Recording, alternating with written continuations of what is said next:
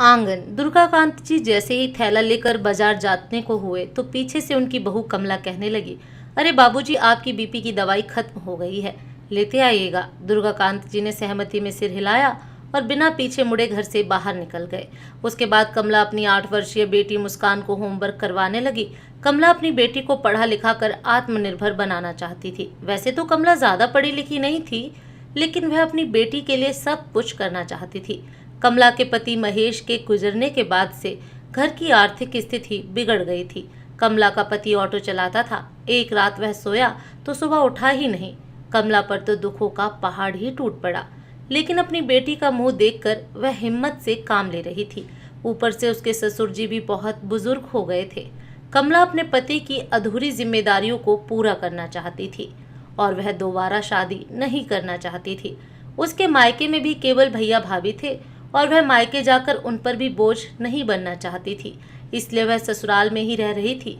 महेश के गुजरने के बाद जब घर में रुपए पैसे की दिक्कत होने लगी तो एक दिन उसने दबी जुबान में अपने ससुर जी से कहा कि बाबूजी, मुझे महेश जी ने ऑटो चलाना सिखा दिया था, तो क्या मैं उनका ऑटो चलाकर घर के खर्च में योगदान दे सकती हूँ। इस पर दुर्गाकांत जी नाराज हो गए और कहने लगे कि मेरी पेंशन के रुपए मिलते हैं ना, हम रूखी सूखी खाकर गुजारा कर लेंगे, लेकिन हमारे घर की इज्जत इस तरह सड़कों पर ऑटो चलाते हुए नहीं घूमेगी। यह सुनकर कमला बहुत उदास हो गई थी। घर के खर्च दिन पर दिन बढ़ते जा रहे थे क्योंकि महंगाई इतनी ज्यादा थी। ऊपर से ससुर जी की दवाइयों का खर्च, बिटिया के स्कूल का खर्च, कुछ भी नहीं संभल पा रहा था। आखिरकार मजबूरन कमला को कुछ ऐसा कदम उठाना पड़ा कि दुर्गाकांत जी कभी कभी सोचते थे कि बेटे के गुजरने के बाद अब बहू ही उनका बेटा बन गई है। एक दिन कमला सुबह सोकर उठी तो उसकी बेटी कहने लगी कि मम्मी, आज मुझे टिफिन में आलू के पराठे खाने हैं। तो कमला कहने लगी, आज नहीं बेटा, आज मेरी तबीयत कुछ ठीक नहीं लग रही है, मेरे पूरे बदन में दर्द हो रहा है और बहुत कमजोरी भी महसूस हो रही है। आज मैं तेरे लिए पोहा बना देती हूँ। माँ की परेशानी को देखते हुए मुस्कान भी एक बार में ही माँ की बात मान गई। दुर्गाकांत जी भी वहीं पर बैठे हुए अखबार पढ़ रहे थे। वह पिछले कुछ दिनों से देख रहे थे कि हर सुबह उनकी विधवा बहू बदन दर्द और कमजोरी की शिकायत करती थी। एक दिन पता चला कि बहुओं ने रोज रात को गोली देकर उनके सोने के बाद आखिर देर रात को ऐसा भी क्या करती थी कि दिन पर दिन वो एकदम सूख कर कांटा होती जा रही थी। हुआ कुछ यूं कि एक दिन सुबह सवेरे कमला उठकर आंगन में झाड़ू लगा रही थी, तभी उसकी आंखों के आगे अंधेरा छा गया और वह बेहोश होकर गिर पड़ी। नन्ही सी मुस्कान तो माँ को बेहोश होते हुए देखकर चिल्ला चिल्ला कर रोने लगी।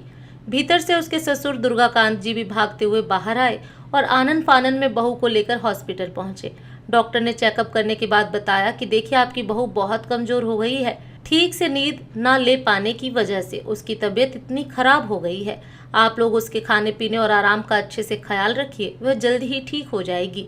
यह सब सुनकर दुर्गाकांत जी हैरान रह गए कि आखिर बहू अपने आराम का ध्यान क्यों नहीं रख पा रही है। उन्होंने बहू से तो कुछ नहीं कहा, लेकिन उस दिन के बाद से उन्होंने बहू पर नजर रखनी शुरू कर दी। एक दिन उन्होंने देखा कि वह दोपहर में कहीं जा रही थी। उन्होंने बहू का पीछा किया तो उन्होंने देखा कि वह दूसरे मोहल्ले में एक घर में घुस गई। उसके बाद लगभग आधे घंटे के बाद वह एक बड़ा सा थैला लेकर वहां से बाहर निकली। दुर्गाकांत जी को बहुत कौतूहल हो रहा था कि आखिर बहू यह सब क्या कर रही है। उन्होंने सीधे सीधे कुछ पूछना सही नहीं समझा। वह बस छिपकर उसका पीछा करते रहे। फिर बहू घर आई और उसने वह झोला अपने कमरे में अलमारी के ऊपर छिपाकर रख दिया। अब दुर्गाकांत जी ऐसे ही बहू के कमरे में कैसे चले जाते, उन्हें कुछ समझ में नहीं आ रहा था कि आखिर बहू के मन में चल क्या रहा है।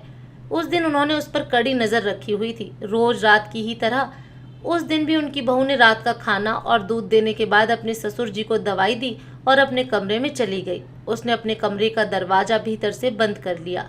आज दुर्गाकांत जी की आंखों से नींद कोसों दूर थी। वैसे तो उन्हें बहुत गहरी नींद आती थी और नींद उन्हें हमेशा से सबसे प्रिय रही थी, लेकिन आज उन्हें बहुत बेचैनी सी महसूस हो रही थी। वह समझ नहीं पा रहे थे कि बहू आखिर उनसे क्या छुपा रही है। वह सच्चाई जानने को व्याकुल होने लगे। उन्हें नींद नहीं आ रही थी, इसीलिए वह आंगन में निकलकर टहलने लगे, लेकिन देर रात तक भी बहू के कमरे की लाइट जली हुई थी। अब तो उन्हें डर लग रहा था कि बहू कहीं कोई गलत काम तो नहीं कर रही है। आखिर उस झोले में ऐसा क्या था। उन्होंने न चाहते हुए भी बहू के कमरे के भीतर झांक कर देखा। कमरे से धीरे धीरे कुछ आवाज भी आ रही थी। अंदर का दृश्य देखकर वह हैरान रह गए।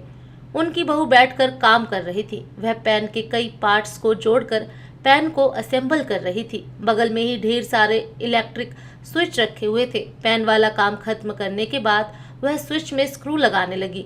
यह सब देखकर दुर्गाकांत जी का मन पिघल गया। बेटे के गुजरने के बाद थोड़ी सी एक्स्ट्रा कमाई करने के लिए उनकी बहू रात रात भर जाग कर कितना काम कर रही है।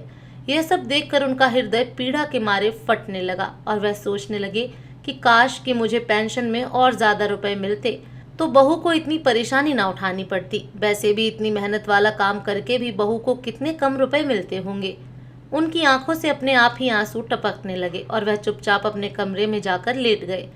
वह आत्ममंथन करने लगे और सोचने लगे कि मैंने बहू को ऑटो चलाने से मना कर दिया तो बहू ने घर के खर्च में सहयोग करने के लिए यह उपाय निकाल लिया। वह फूट फूट कर रोने लगे और सोचने लगे कि बेटा तो जिंदगी में रहा नहीं, अगर बहू को भी इस चक्कर में कुछ हो गया तो मैं क्या करूंगा। वह आत्मग्लानि से भर उठे कि वह अपने परिवार का ठीक से ध्यान नहीं रख पा रहे हैं। अगली सुबह जब कमला सोकर उठी तो उसके ससुर जी ने चाय नाश्ता पहले से ही तैयार करके रखा हुआ था। कमला को आते हुए देखकर वह कहने लगे, बहू पहले चाय पी लो और फिर मेरे कमरे में आओ, मुझे तुमसे बहुत ज़रूरी बात करनी है। कमला हैरान रह गई क्योंकि उसके ससुर जी ने कभी भी ऐसा व्यवहार नहीं किया था। उसने जल्दी से चाय पी और ससुर जी के कमरे में पहुंच गई। दुर्गाकांत जी ने भरे गले से कहा, बहू मुझे तुम्हारा राज पता चल गया है कि घर का खर्च संभालने के लिए तुम कितनी मेहनत कर रही हो, इसलिए तुम इतनी कमजोर हो गई हो ना। यह सुनकर कमला सक पका गई और अपनी उंगलियां आपस में उलझाकर मरोड़ने लगी। दुर्गाकांत जी ने भरे गले से कहा, मैंने अपने परिवार की इज्जत की दुहाई देकर तुम्हें ऑटो चलाने से मना कर दिया तो तुम रात के अंधेरे में छिप छिपाकर इतनी मेहनत वाला काम करने लग गई। तुम दिन भर भी घर के कामों में लगी रहती हो, रात को भी तुम्हें आराम नहीं मिलता। ऐसे कैसे चलेगा। बहू मुझे मेरी गलती का एहसास हो गया है। सबसे पहले अपना परिवार है और परिवार के मूलभूत आवश्यकताएं महत्वपूर्ण होती हैं। इज्जत के नाम पर हम अपने परिवार के साथ खिलवाड़ नहीं कर सकते। मैं अपनी भूल स्वीकार करता हूँ। मेरी पेंशन के रुपए से घर का खर्चा चलाना मुश्किल है, आगे बिटिया का भविष्य भी तो देखना है, इसलिए मैं तुम्हें ऑटो चलाने की अनुमति देता हूँ। अगर मेरी बूढ़ी हड्डियों में जान रहती तो मैं खुद कोई काम कर लेता। यह सुनते ही कमला की आंखें खुशी से झलक पड़ी। वह अपने ससुर जी के पैर छूते हुए बोली, बाबूजी बस आपका आशीर्वाद साथ रहे तो सब कुछ बढ़िया ही होगा। वह तो अच्छा है कि महेश जी ने समय रहते मुझे भी ऑटो चलाना सिखा दिया था। आज उनकी अनुपस्थिति में कम से कम मैं इस लायक तो हूँ कि ऑटो चलाकर इस परिवार का ध्यान रख सकूं। दुर्गाकांत जी ने गर्व भरी नजरों से अपनी बहू की ओर देखते हुए कहा, तो फिर ठीक है, घर और मुस्कान की जिम्मेदारी मेरी और काम से वापस आने के बाद तुम सिर्फ और सिर्फ आराम करोगी। आखिर तुम्हारा स्वास्थ्य भी तो महत्वपूर्ण है। कमला का मन खुशी से झूम उठा कि देर से ही सही उसके बाबूजी को उसकी बातें समझ में आ गई थीं। अब उसे जिंदगी में आगे बढ़ने से कोई नहीं रोक सकता था। आज दुर्गाकांत जी की बहू ऑटो चलाकर जिंदगी में आगे बढ़ चुकी थी।